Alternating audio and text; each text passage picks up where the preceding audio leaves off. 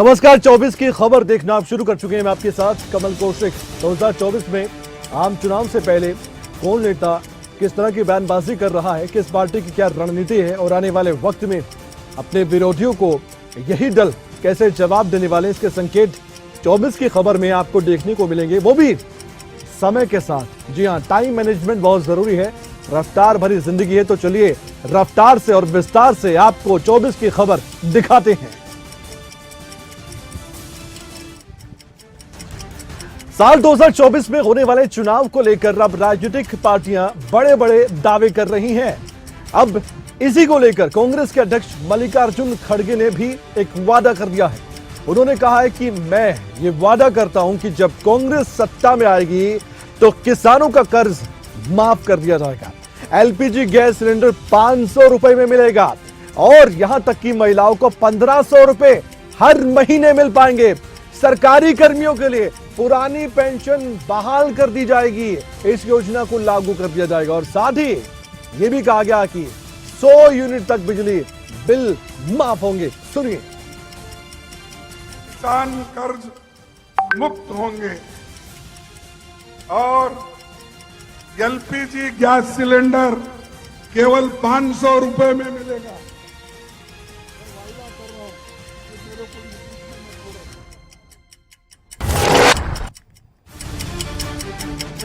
मध्य प्रदेश की भी बात कर लेते हैं। यहां पर तो एक बड़ी परीक्षा है बीजेपी और कांग्रेस दोनों की। ऐसे में यहां पर बयानबाजी का जो दौर है वो इतना तेज हो गया है कि एक के बाद एक बयान सामने आ रहे हैं। इसी कड़ी में केंद्रीय गृह मंत्री अमित शाह की ओर से भी कांग्रेस पर निशाना साधा गया था। ऐसे में मध्य प्रदेश के 53 साल के शासन को रिपोर्ट कार्ड के तौर पर कांग्रेस से मांगा गया था कि आपने क्या किया मध्य प्रदेश के लिए। ऐसे में इसी को लेकर अब पूर्व मुख्यमंत्री कमलनाथ ने बयान दे दिया। उन्होंने कह दिया कि हमसे क्या रिपोर्ट मांग रहे हैं, ये हमें अपने 18 साल का हिसाब दे दें। उनको रिपोर्ट कार्ड नहीं बल्कि रेट कार्ड देना चाहिए कि कहां पर किस तरह से आपने चीजों को मैनेज किया और कहां से पैसा लिया गया। सुनिए। ये हमसे क्या हिसाब मांग रहे हैं? ये तो 18 साल का अपना हिसाब दें। उनको रिपोर्ट कार्ड नहीं रेट कार्ड देना चाहिए कि किस चीज में कितना पैसा लो। साल 2024 का मुकाबला कितना दिलचस्प हो गया ये हमें बताने की जरूरत नहीं है, लेकिन आईएनडीए वर्सेस एनडीए का जो लगातार जुबानी खेल है वो चल रहा है। ऐसे में इसकी एक और बानगी देखने को मिली है। राजनीतिक प्रतिक्रियाएं ऐसा लग रहा है कि बाढ़ सी आ गई। इंडिया गठबंधन पर अब लगातार बीजेपी के नेता भी निशाना साध रहे हैं। इसी बीच केंद्रीय मंत्री रामदास अठावले जो कि एनडीए का हिस्सा है, ये बीजेपी के नेता तो नहीं है लेकिन एनडीए के हिस्से जरूर इनका कोई ना कोई जिम्मेदारी के साथ पद आता है। तो ऐसे में आईएनडीए गठबंधन पर इन्होंने निशाना साधा और ये भी कह दिया कि आईएनडीए गठबंधन में इस बात को लेकर मतभेद है कि प्रधानमंत्री पद का उम्मीदवार कौन होगा। मुझे लगता है कि एनडीए जो आईएनडीए का जो अलायंस है, विरोधी दल का अलायंस जो है, उसमें वो प्रधानमंत्री जी के नाम पर एकमत नहीं हो सकता है और इसीलिए मुझे लगता है हमें कोई चिंता नहीं है। लगातार विपक्ष की जो पार्टियां हैं वो भी सत्ता पक्ष को घेर रही हैं।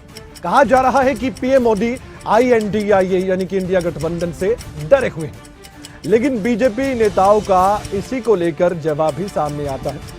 केंद्रीय मंत्री पशुपति कुमार पारस ने भी बयान दे दिया है और ये कह दिया है कि पीएम मोदी क्यों डरेंगे, वो विपक्ष के लोग हैं जो डर रहे हुए हैं। ये हर दिन अपने गठबंधन का नाम बदल रहे हैं। पीएम मोदी डरेंगे, कहा कौन सी का हार है? डरा हुआ तो विपक्ष के लोग डरा हुआ कि रोज नाम बदल रहा है। यूपीए गठबंधन था, अब इंडिया गठबंधन हो गया। तो डरे हुए तो वो लोग हैं, विपक्षी एकता के जो लोग हैं वो लोग डरे हुए हैं। एनडीए गठबंधन के लोग क्यों डरेंगे? प्रधानमंत्री क्यों डरेंगे? प्रधानमंत्री काम में विश्वास करते हैं। तो प्रधानमंत्री जब काम में विश्वास करते हैं, पूरे देश में देश का पहला प्राइम मिनिस्टर हुआ। साल 2024 में प्रधानमंत्री कौन बनेगा कुछ कहा नहीं जा सकता। ये देश की राजनीति और देश की जनता है जो बता सकते हैं आने वाले वक्त में क्या होगा, लेकिन उसके लिए भी तो इंतजार करना पड़ेगा 2024 का। लेकिन यहां पर दावे और वायदे बहुत से होते हैं। अब दावा है बीजेपी के नेता शांतनु ठाकुर का। जिन्होंने एक बड़ी भविष्यवाणी कर दी 2024 के लिए नहीं बल्कि उससे भी आगे। उन्होंने कह दिया कि अगले 25 साल तक बीजेपी सत्ता में रहने वाली है और देश की जनता ये जानती है कि प्रधानमंत्री कौन बनेगा और क्या कर रहे हैं प्रधानमंत्री, ये भी जनता जानती है। अब बीजेपी को लेकर और प्रधानमंत्री को लेकर जो दावा किया है वो सुन लीजिए। अगला 25 साल तक भारतीय जनता पार्टी भारतवर्ष में रहेंगे, क्योंकि जो डेवलपमेंट का नींव माननीय प्रधानमंत्री जी ने रखे हैं वो नींव को पूरा करके ही माननीय प्रधानमंत्री जी उनका पाठ छोड़ेंगे। और पूरे भारतवर्ष के भारतवासी जानते हैं, ये पब्लिक है, सब जानती है और पब्लिक के सामने बयान सामने आ रहे हैं। अब बात आगे बढ़कर किसानों के मुद्दे पर भी होती है। राजनीति में किसानों का मुद्दा ऐसा है जो कई बार वोटों की खेती को उगाने में बहुत मददगार साबित हो सकता है। साल 2024 के लोकसभा चुनाव में किसानों का मुद्दा छाया रह सकता है और इसी को लेकर बार पलटवार होते हैं। महाराष्ट्र कांग्रेस के प्रमुख नाना पटोले ने इसी को लेकर बीजेपी को घेरा, एनडीए को घेरा और ये भी कह दिया कि किसानों से झूठ बोले जा रहे हैं। उन्होंने तो ये तक कह दिया कि बीजेपी सरकार किसानों के खिलाफ है। बीजेपी को हमारे देश के लोगों और किसानों की कोई परवाह नहीं है। ये सब कुछ कांग्रेस पार्टी के वो नेता कह रहे हैं जिनकी जिम्मेदारी महाराष्ट्र में बहुत बड़ी है। सुन लीजिए। बीजेपी किसानों का नुकसान कर उसको आत्महत्या करवाने को उनको प्रेरित करती है, ये स्थिति है। और बीजेपी ये किसान विरोधी है, ये बार बार उनके 10 किसानों के ही मुद्दे पर आप हरियाणा में आएंगे तो यहां तो ये मुद्दा बहुत ज्यादा जुबान पर रहता नेताओं की और फेवरेट है। किसानों की समस्या को वाकई में जानना चाहिए, लेकिन इसी को लेकर कैसे राजनीतिक बयानबाजी होती है वो जान लीजिए। आम आदमी पार्टी के वरिष्ठ उपाध्यक्ष अनुराग ढांडा है, जिन्होंने सरकार को एक बार फिर से अपने शब्दों के लपेटे में ले लिया और कह दिया कि सरकार लगातार किसानों पर अत्याचार कर रही है। ये भी कहा जाता है विरोधियों की ओर से कि बीजेपी किसानों की अनदेखी करती है। सुनिए।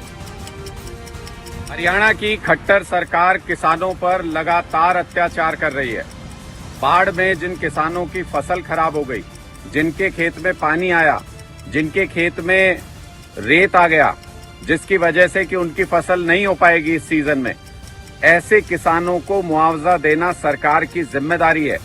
लेकिन पहले भी बीमा कंपनियों से क्लेम हासिल करने के लिए आपने देखा कैसे आम आदमी पार्टी हरियाणा में सक्रिय रूप से अपनी भूमिका निभाने के लिए, ताकि आने वाले वक्त में उनका भी भला हो जाए, तो पूरी कोशिश कर रही है कि जनता के बीच जाकर अलग अलग वर्गों के मुद्दे उठाए।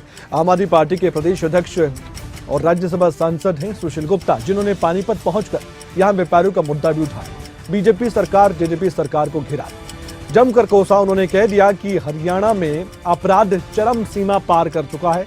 व्यापारियों से अब फिरौती मांगी जाती है, उनका अपहरण किया जाता है, उन्हें गोली मारने की धमकी दी जाती है। ये सब कुछ कहना है सुशील गुप्ता का। एक बार सुन लेते हैं सुशील गुप्ता ने इस मसले पर कहा क्या है और किस तरह से राजनीतिक निशाना साधा।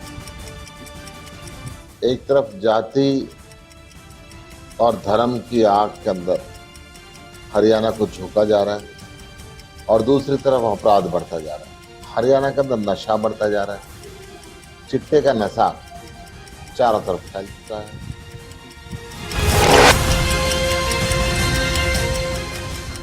यमुनानगर में कंवरपाल गुर्जर ने विपक्ष पर निशाना साध दिया।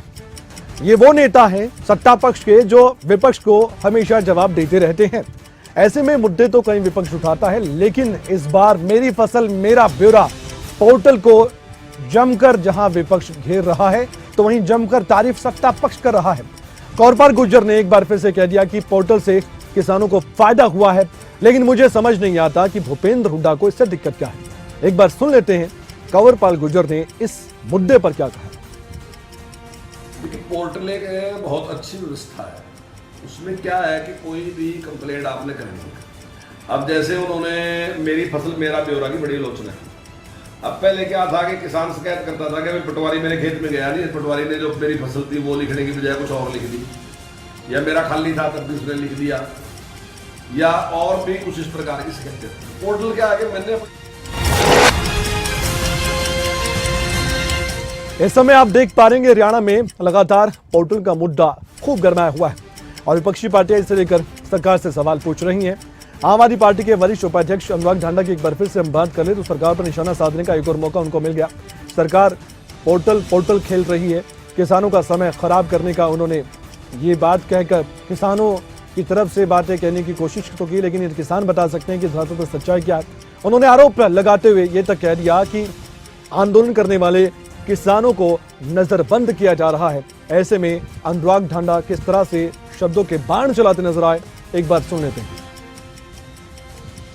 पोर्टल खेल करके किसानों का समय खराब कर रहे हैं, और अब जब किसान अपने इस क्लेम को मांगने के लिए, अपने इस मुआवजे को मांगने के लिए आंदोलन करना चाहते हैं तो सरकार उनसे उनका लोकतांत्रिक अधिकार भी छीन रही है। किसान नेताओं को घर में घुस के गिरफ्तार किया जा रहा है, किसान नेताओं को नजरबंद किया जा रहा है। हरियाणा में आम चुनाव का इंतजार सभी पार्टियां कर रही है, क्योंकि 10 लोकसभा की सीटें हैं जिन पर दावा तो सभी ठोक रहे हैं, लेकिन 2024 के चुनाव में इनेलो पार्टी भी टक्कर देने के मूड में नजर आ रही है। इसको लेकर पार्टी अपनी पद यात्रा के जरिए लोगों के बीच पहुंचकर उम्मीद के साथ ये देख रही है कि लोग उनका साथ देंगे। अभय चौटाला की बात करें तो वही नेतृत्व कर रही है इस पद यात्रा का, लगातार अपने विरोधियों को निशाने पर लेते हैं। अभय चौटाला ने एक बार फिर से कह दिया कि इनेलो पार्टी को पद यात्रा में बहुत अपार समर्थन मिल रहा है। पर जसपा का कई अब की बार खाता भी खुलता है। मुझे पहले तो ये आशंका थी कि जसपा तो खत्म हो जाएगी, लेकिन भाजपा फिर भी 10-12 सीटें ले सकती है। लेकिन जितने जगह पे मैं जा कर के आया, जो मेरा पॉलिटिकल एक्सपीरियंस है, मुझे भी 30 वर्ष हो गए इस काम में लगे। जितना अब की बार बदलाव देखें, या तो सन 1987 में इस तरह का बदलाव। और वहीं हरियाणा में जल्द ही मानसून सत्र शुरू होने वाला है। इसी को लेकर सत्ता पक्ष विपक्ष दोनों ने तैयारी भी कर ली है। सत्ता पक्ष ने तो इसी को लेकर यह बता दिया है कि सत्र में उनकी पूरी तरह से कमर कसने की तैयारी पहले से हो चुकी थी। हरियाणा के कैबिनेट मंत्री कंवरपाल गुर्जर अपने विभाग बयानों के लिए जाने जाते हैं। उन्होंने कह दिया कि इस बार भी विपक्ष के सभी सवालों का जवाब दिया जाएगा। एक बार सुन लेते हैं मानसून सत्र को लेकर कंवरपाल गुर्जर का बयान। पूरी तैयारी है, और जो भी सवाल माननीय विधायकों ने पूछे हैं तो निश्चित तौर से उनकी पूरी जानकारी उनको हाउस में दी जाएगी। इसके अलावा अन्य जो भी विषय विपक्ष की ओर से उठाए जाएंगे तो सरकार की पूरी तैयारी। इस प्रकार की बातें हर बार सेशन से पहले उठती हैं, उनकी बहुत तैयारी है, बड़ा घेरेंगे सरकार को, तो हर बार वो अपना विषय उठाते हैं, हर बार हम उसका जवाब देते हैं। अब तैयारी के पीछे कारण ये भी है कि पिछली बार भी विपक्ष ने कहा था कि सरकार ने सवाल के जवाब ठीक ढंग से नहीं दिया, जबकि सत्ता पक्ष कह रहा है कि देंगे जरूर। क्या 2024 में नूह हिंसा का जिक्र होने वाला है? इसके संकेत क्यों दिए जा रहे हैं? हरियाणा में नूह हिंसा का मामला अभी तक थमा नहीं है, शांति बहाल हो चुकी है, लेकिन राजनीतिक तौर पर इसका शोर अब भी सुनाई दे रहा है। विपक्ष इसी को लेकर बार बार सरकार से सवाल पूछ रहा है। हरियाणा के कैबिनेट मंत्री मूलचंद शर्मा ने अब विपक्ष के सवालों का जवाब दिया, तसल्ली बख्श दिया है। उन्होंने कह दिया कि नूह हिंसा मामले में दोषियों के खिलाफ कार्रवाई हो रही है और खुद मुख्यमंत्री मनोहर लाल इस मामले में सक्रिय भी हैं, एक एक रिपोर्ट को जांच भी रहे हैं। सुनिए मूलचंद शर्मा का बयान।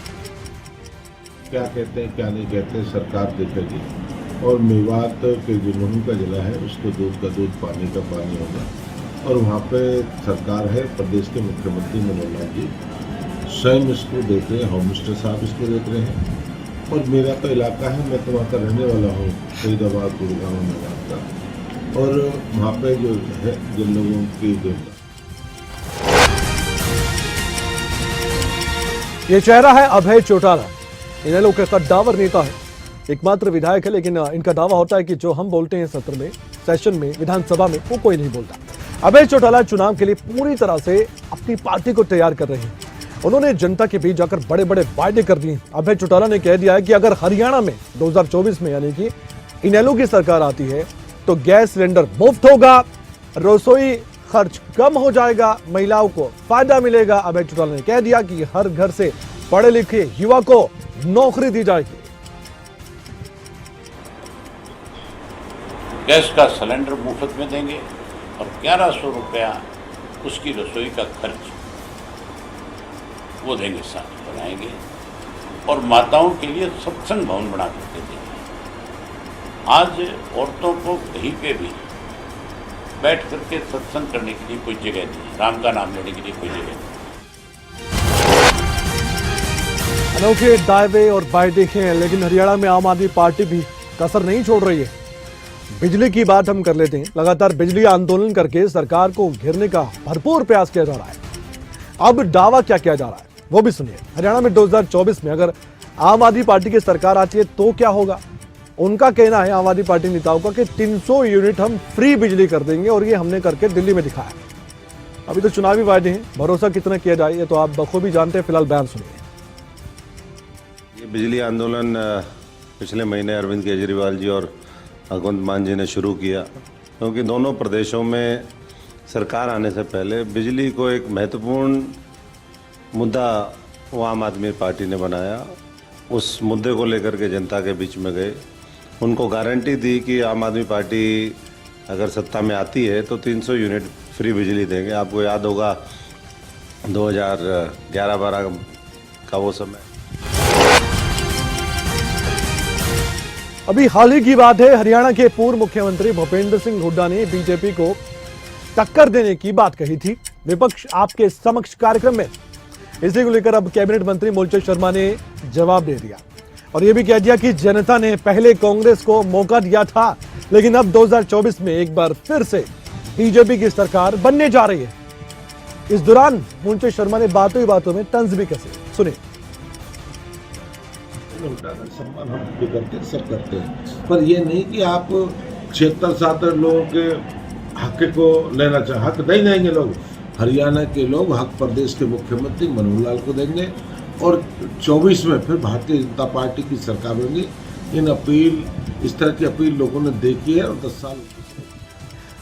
दरअसल विपक्ष आपके समक्ष कार्यक्रम में भूपेंद्र सिंह हुड्डा ने कहा था कि मेरे मन में 30 है, एक मौका चाहिए बीजेपी और जेजेपी से टकराने का। अब ऐसे में जवाब तो आएंगे। हरियाणा के कैबिनेट मंत्री कंवरपाल गुर्जर की एक बार फिर से बात कर लेते हैं। बात इसलिए क्योंकि भूपेंद्र सिंह हुड्डा के टक्कर देने वाले बयान पर उनकी भी प्रतिक्रिया सामने आ गई। उन्होंने कह दिया कि हुड्डा सत्ता में आने के लिए भावुक अपील कर रहे हैं और प्रदेश में फिर से जनता बीजेपी के साथ आएगी, ये उन्होंने दावा कर दिया है। अब आप सोचिए कि एक तरफ भूपेंद्र सिंह हुड्डा दावा करते हैं, दूसरी तरफ सत्ता पक्ष के नेता जवाब देते हैं। ये सब कुछ चल रहा है, लेकिन जो भी चल रहा है बयानों के जरिए इनके मायने समझने का प्रयास कीजिए। सुनिए कैबिनेट मंत्री कंवरपाल गुर्जर को भी। मैं इसको मानता हूँ कि एक मर्सी अपील है जनता से कि भाई प्लीज आप मुझे मौका दे दो और मेरी उम्र 76 साल है। तो मैं समझता हूँ कि जो वोट है वो तो अपनी जो हमने काम किए उस पर ही वोट मांगने की बात होती है, उस पर ही वोट मांगनी चाहिए। लेकिन ये एक भावुक अपील है उनकी कि इस प्रकार से दो। लेकिन मैं समझता हूँ कि जिस निष्पक्षता के साथ वर्तमान सरकार काम कर।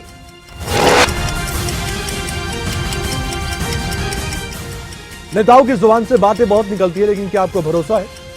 जवाब आपके पास ही। 2024 को लेकर चर्चाएं बहुत है, वायदे भी बहुत किए जा रहे हैं।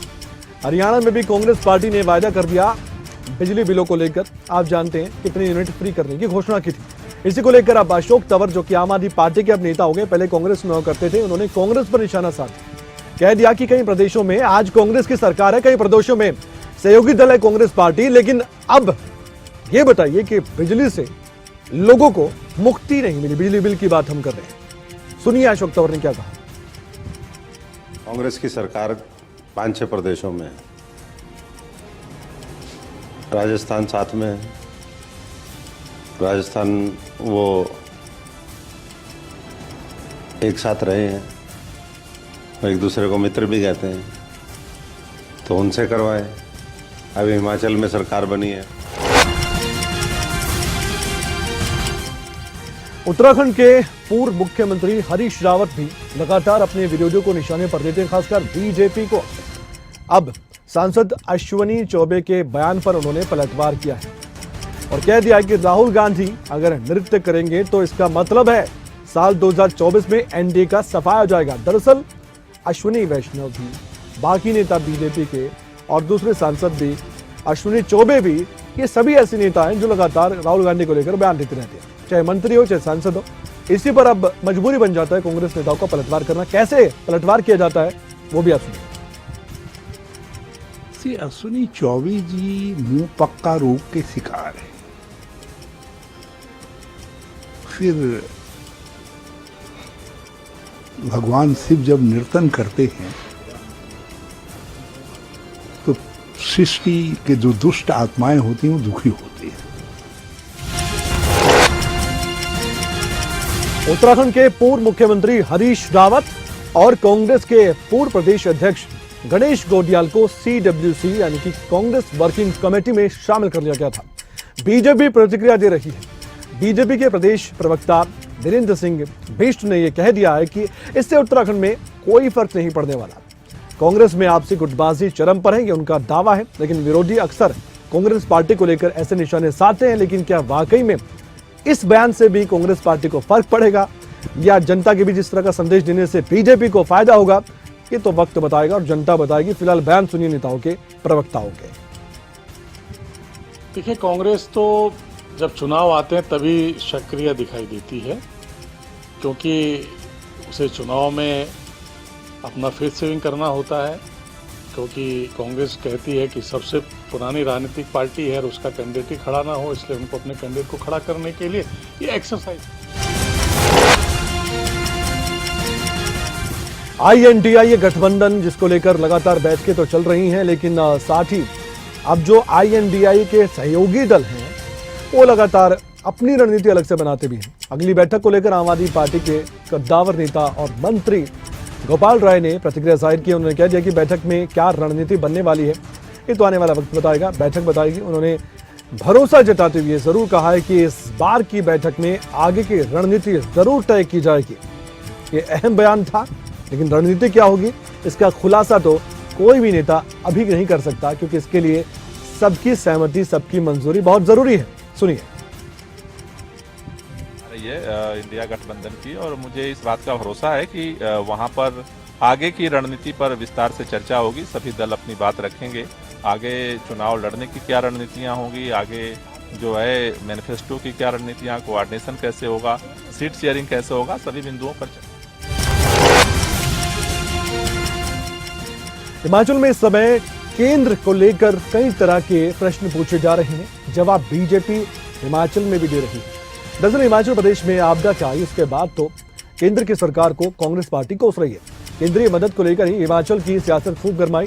इसको लेकर अब राजस्व मंत्री जगत सिंह नेगी ने भी अपना बड़ा बयान दिया और ये कह दिया कि केंद्रीय नेता केवल और केवल बयान देते हैं। उन्होंने ये भी कहा कि जेपी नड्डा ने 200 करोड़ रुपए जारी होने की बात कही, लेकिन अभी तक नहीं मिला। अब 200 करोड़ की बात जो है भारतीय जनता पार्टी के जो है राष्ट्रीय अध्यक्ष जो हमारे हिमाचल से हैं नड्डा जी बोल के गए, उन्होंने तो प्रेस में कह दिया कि जारी कर दिया है। अभी तक हमारे पास तो पहुंचा नहीं है। क्या पता आज दिल्ली से रास्ते में कालका तक पहुंच गया होगा। ऐसा लगता है आपको कि केंद्र नहीं, सिर्फ जो है बड़े बड़े। उत्तर प्रदेश एक ऐसा राज्य है जो देश का सबसे बड़ा स्टेट है, राज्य है। ऐसे में उत्तर प्रदेश की सियासत के मायने बहुत ज्यादा समझने की जरूरत है। मिशन 2024 में अखिलेश यादव समाजवादी पार्टी लगी हुई है।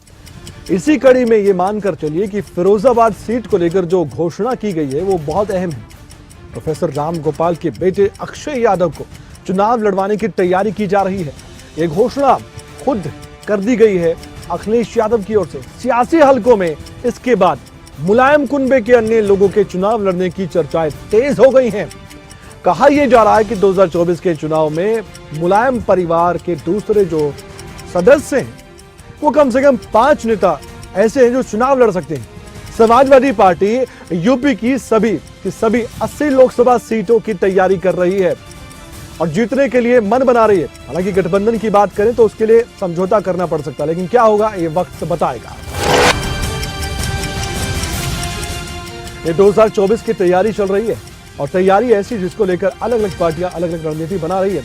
अब बात कर रहे हैं लोकसभा चुनाव 2024 की कड़ी में हम पश्चिम बंगाल में तृणमूल कांग्रेस की। जी हां, बीजेपी और टीएमसी मुस्लिम वोटर्स को साधने की कोशिश में जुटे हुए हैं। ये हमारा कहना नहीं है, आपस में नेता जो बयानबाजी करते हैं उनका जो निचोड़ है वो हम आपको बता रहे हैं। मुख्यमंत्री और टीएमसी की प्रमुख ममता बनर्जी 2024 के चुनाव से पहले बंगाल में अल्पसंख्यक आबादी के बीच अपने वोट शेयर को मजबूत करने का प्रयास कर रही है। बीजेपी 2019 के मुकाबले 2024 में बंगाल की 42 लोकसभा सीटों में कम से कम 35 सीटें जीतने की उम्मीद जता रही है। इस बीच ममता बनर्जी ने मोदी सरकार को जमकर घेरा, निशाना साधा और कह दिया कि केंद्र को लेकर मैं सिर्फ ये कहना चाहती हूं कि जो उन्होंने वायदे दावे किए वो कहां हैं। प्रधानमंत्री नरेंद्र मोदी को लेकर भी निशाना साधा गया है। साल 2024 में चुनावी नतीजा क्या होगा इसके लिए इंतजार तो करना पड़ेगा, लेकिन जो बयान है, वायदे हैं, दावे हैं, ये समझिए आप, यही तो आने वाले वक्त में आपको इतना बल देंगे कि आपका वोट आपकी मजबूती के तौर पर आपके साथ रहेगा। वोट देना जरूरी है, आज से अपील करेंगे तो शायद 100% वोट का एक सपना आने वाले वक्त में पूरा होगा। 24 के ओर में इतना ही। अपना ख्याल रखिए, देखते रहिए खबरें। अभी तक खबरों का सिलसिला ब्रेक के बाद भी जारी है।